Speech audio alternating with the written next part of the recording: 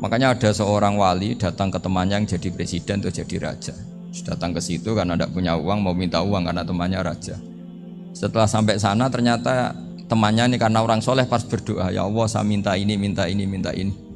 Terus si wali tadi pulang. Kenapa kamu pulang? Ternyata dia sama, masih minta-minta kayak saya. Jadi sederhana deh.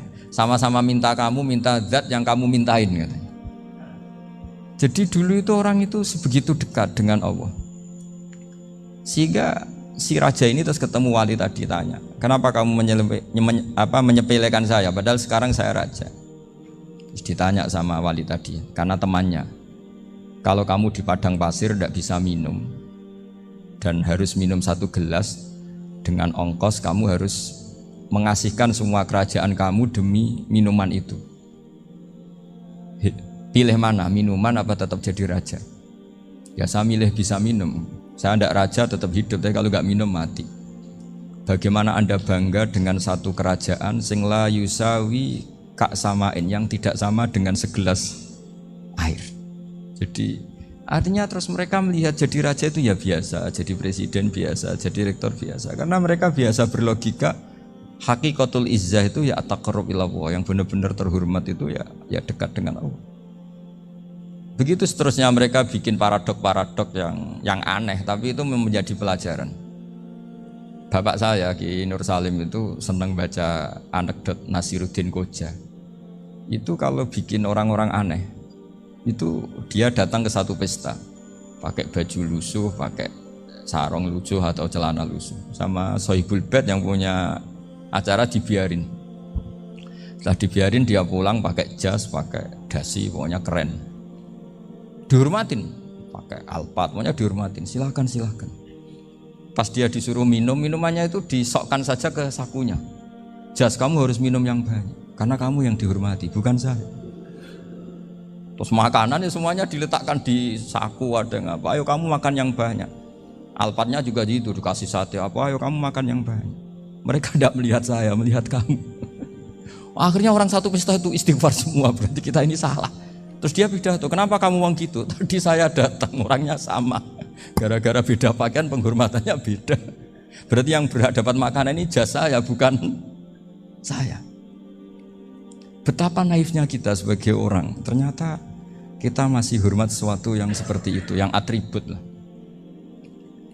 Jadi orang-orang sufi itu orang yang bisa menertawakan dunia. Akhirnya ya, pertama dia dianggap orang gila, masa jas dikasih makan, dikasih minum. Tapi secara fikih dia benar, haram dia makan. Karena pas dia datang dibiarin, setelah pakai jas dikasih makan. Berarti hakikat yang dapat rezeki siapa? Jasnya apa orangnya? Jasnya apa orangnya? Jasnya. Jadi itu orang-orang sufi, kearifan orang-orang dulu itu bisa ngelola hal-hal yang keseharian menjadi luar biasa. Ada seorang wali melihat istrinya makan 1 piring, anaknya makan 1 piring. Ditanya, kalian kenyang? Wah kenyang sekali. Melihat anaknya minum kopi 1 cingkir seneng, kalian seneng sekali. Wah kalau seneng dengan hal-hal yang murah bisa, ngapain harus seneng dengan hal-hal yang mewah, bodoh sekali saya. Sehingga terus mereka bisa qanaah. Qanaah itu ya hidup itu simpel, sederhana. Jadi tentu saya tidak akan ngomong yang muluk-muluk, selain itu tidak bidang saya juga apa ya. Kita ini butuh obat di kondisi Covid seperti ini, butuh kesederhanaan, butuh apa ya, istighna tadi. Kita harus istighna billah an ghairillah. Jadi sudah cukup bahwa Allah ini segalanya. Sehingga tadi saya dengarin himnenya Unisula, yang paling saya kagum adalah dimulai dengan kalimat-kalimat thayyibah. Di antara tugas suci Nabi Ibrahim dan semua nabi adalah wa ja'alaha kalimatam baqiyatan fi aqibi. Nabi Ibrahim itu nabi yang diberi gelar Allah. Dia adalah nabi yang menjadikan kalimat tauhid itu kalimat yang abadi. Fi aqibi, di anak turunnya, di semua generasinya, baik anak turun karena gen maupun karena pembinaan, karena pendidikan. Ini penting sekali saya utarakan karena apa? Satu kehidupan itu sebenarnya digerakkan oleh kata-kata, oleh moto kalau orang bahasa modern. Sehingga banyak ulama mengatakan al-ibarat kutun li'ailatil mustami'in, bahwa redaksi atau moto atau pegangan hidup itu penggerak kehidupan.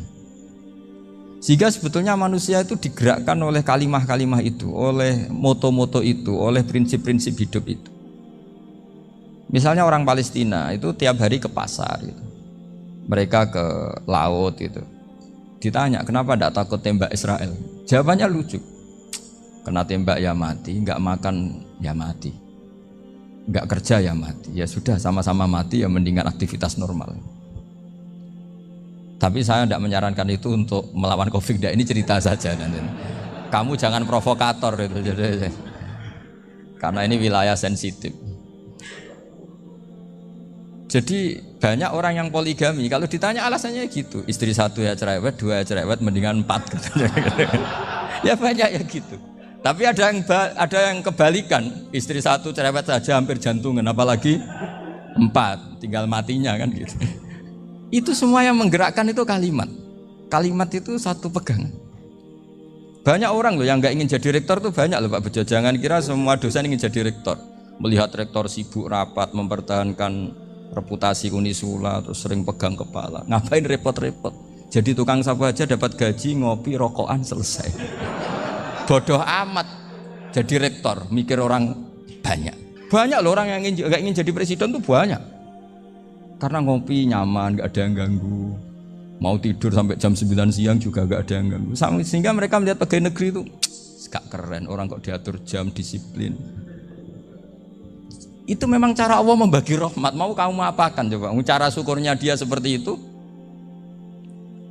Bapak saya dulu tuh sering ngajarin saya, diajak jalan-jalan pagi-pagi. Melihat orang ngopi, makan uduk itu bapak seneng. Kok enak jadi wong awam. Ngene esuk-esuk nyemak bocah kesel kabeh kono enak ngopi rokokan. Bapak kadang iri sama orang awam itu iri. Sudah gitu berharap masuk surga kan enak sudah gitu. Tahu-tahu mati, tidak tahu ke surga apa ke neraka ya tidak tahu. Jadi orang dulu itu orang yang bisa mensederhanakan dunia. Sehingga ya sudah cara bahagia. Makanya saya alhamdulillah saya ini kerjasama sama UII sama beberapa kampus. Memang amdan itu sengaja. Kampus itu ya punya sistem yang nggak bisa mewakili sistem kiai. Kiai juga punya sistem yang nggak terwakili oleh kampus juga sebaliknya saling melengkapi. Saya sering ketemu rektor UII, rektor kampus-kampus Islam. Mereka cerita, Gus pendidikan pondok harusnya dimodernkan gini-gini. Saya bilang, kalau pondok modern kayak kampus itu nanti saya ketemu Allah tidak bisa jawab. Kenapa Gus? Saya beri contoh gini. Kalau misalnya perempuan perawan lah atau apa saja, pokoknya perempuan, mau tanya tentang menstruasi atau haid. Kalau semuanya sistem kampus, dia harus kuliah dulu. Registrasi dulu, kuliah dulu, bayar dulu. Dan dapat jawabannya nunggu mata kuliah pas itu. Bandingkan kalau sistem pondok, saya tuh sering ke pasar sama anak saya dicegat sama ibu-ibu. Gus, anak saya ngalami gini-gini, keluar darah terus menerus, nggak 6 hari tapi 1 bulan penuh. Itu hukumnya apa Gus ya? Nanti saya mau sowan ke jenengan. Nggak usah sowan di sini aja. Ya sudah. Sebelum mengeluarkan darah yang rutin seperti itu biasanya haidnya berapa hari? 6 hari ya sudah ikut yang 6 hari, yang lainnya istikhadah. Ngoten tok Gus, ya udah ya. Begitu terus di masalah udhiyah. Ya coba kalau semuanya pakai sistem kampus, daftar dulu, bayar dulu. Jadi ini nggak ada jawabannya, nunggu mata kuliah itu. Baru dapat jawaban, itu biasa nggak sholat bertahun-tahun karena belum ada jawaban tentang itu. Nah itu kalau misalnya orang mati, tahunya cara memulasara jenazah itu nunggu kuliah dulu, pas mata pelajaran itu dulu, baru menangani orang mati. Berarti orang mati itu tergeledak semua. Tapi kalau kiai kan enggak. Kesini orang mati terbakar, kalau dimandiin malah badannya copot-copot, itu gimana hukumnya? Ini ada orang mati Gus Kendat, ini disolati apa enggak? Ada orang mati oplosan itu disolati enggak? So sering ditanya gitu. Gak usah registrasi Pak Rektor, gak usah registrasi, gak usah daftar, gak usah seminar. Makanya kalau orang kampus wani kiai itu ya kualat tenan itu, karena ini yang on time. Tapi pondok seperti saya ya ikrar seikrar-ikrarnya. Pentingnya kampus karena melatih efisiensi waktu, disiplin, tata kelola manajemen sehingga kita ya hormat. Tapi tadi Kita harus saling melengkapi, sehingga saya tunjukkan ke publik bahwa saya hormat sekali sama polisi, sama tentara.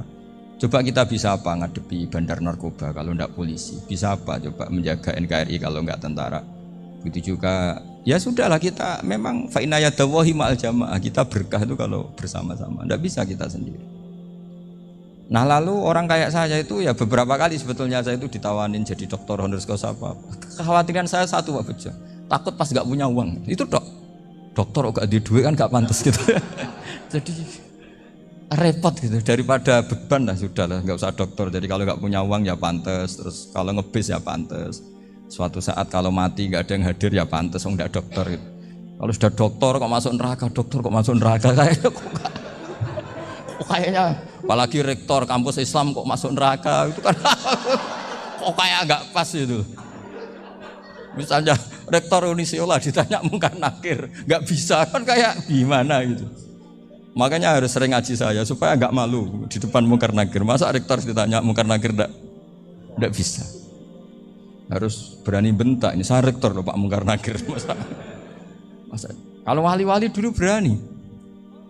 Masyhur di cerita wali-wali ditanya marabbuka manabuka. Saya ini guru tauhid. Kok kamu tanya marabbuka manabuka yang ngotok? Kamu tidak pernah ngaji, enak aja tanya. Jadi wali-wali itu ya rileks ngadepi mungkin. Saya yakin rileks wali di Bang Pak Rektor. Saya yakin itu. Karena wali itu lebih dekat Allah. Sehingga orang dulu itu saya ulang lagi ya, ada satu kearifan namanya hidup itu apa? Hidup itu adalah cari sebanyak mungkin supaya hidup itu tidak tergantung pada banyak hal. Sehingga misalnya cara berpikir orang-orang modern itu sebenarnya banyak orang-orang ilmuwan yang nggak ngagumi Amerika. Bukan karena angkuh ndak. Untuk mempertahankan kebesaran negara sebesar itu, kebutuhan listriknya besar, kebutuhan tentaranya besar, kebutuhan apa. Sementara negara kayak Venezuela atau Swiss kebutuhannya ada banyak. Pertanyaannya, yang tergantung dengan banyak hal sama yang tidak tergantung banyak hal, itu pinter mana?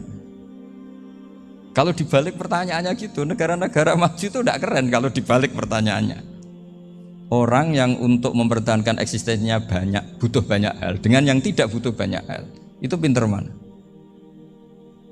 Orang yang bahagianya nunggu jadi dokter, nunggu jadi kiai besar, kiai viral, dengan orang yang bahagia cukup dengan ngopi, itu pinter mana? Tapi kalau dibalik pertanyaannya, orang yang tahunya nikmat hanya kopi, dengan nikmat yang banyak, pinter mana? Makanya Mbah Mun tuh kalau guyon itu lucu. Aku iku sakake ambek wong desa sing mlebu swarga. Saya dulu eskal mlebu swarga kok disakeni. Akhirnya beliau memberi penjelasan. Wong desa iku roe pakanan enak, iku mau kopi mbek uduk. Lah swarga iku mau nuruti sing dikarepno. Akhirnya wis mau mangan, wis ngopi, nguduk, ngopi wong ora roh pakanan liyane ku ora roh.